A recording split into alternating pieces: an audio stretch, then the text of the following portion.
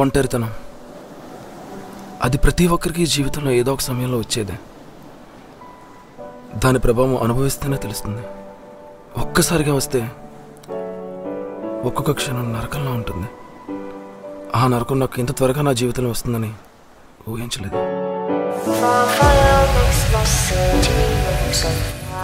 భయ్యా ప్యాక్ మొక్కలో కింగ్లా చెప్పు భయ్యా. చూసావా,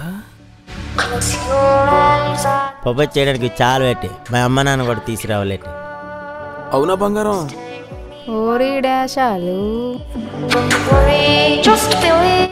ప్రియారా, తను లేకపోతే నేను ఉండలేనురా. తను తోడు లేకపోతే చచ్చిపోవాలనిపిస్తుందిరా. పిచ్చిగా మాట్లాడకురా. I want to stay with her రా. మనసుకు దగ్గరైన మనిషికి దూరంగా ఉండడం మరణంలో అనిపిస్తుంది.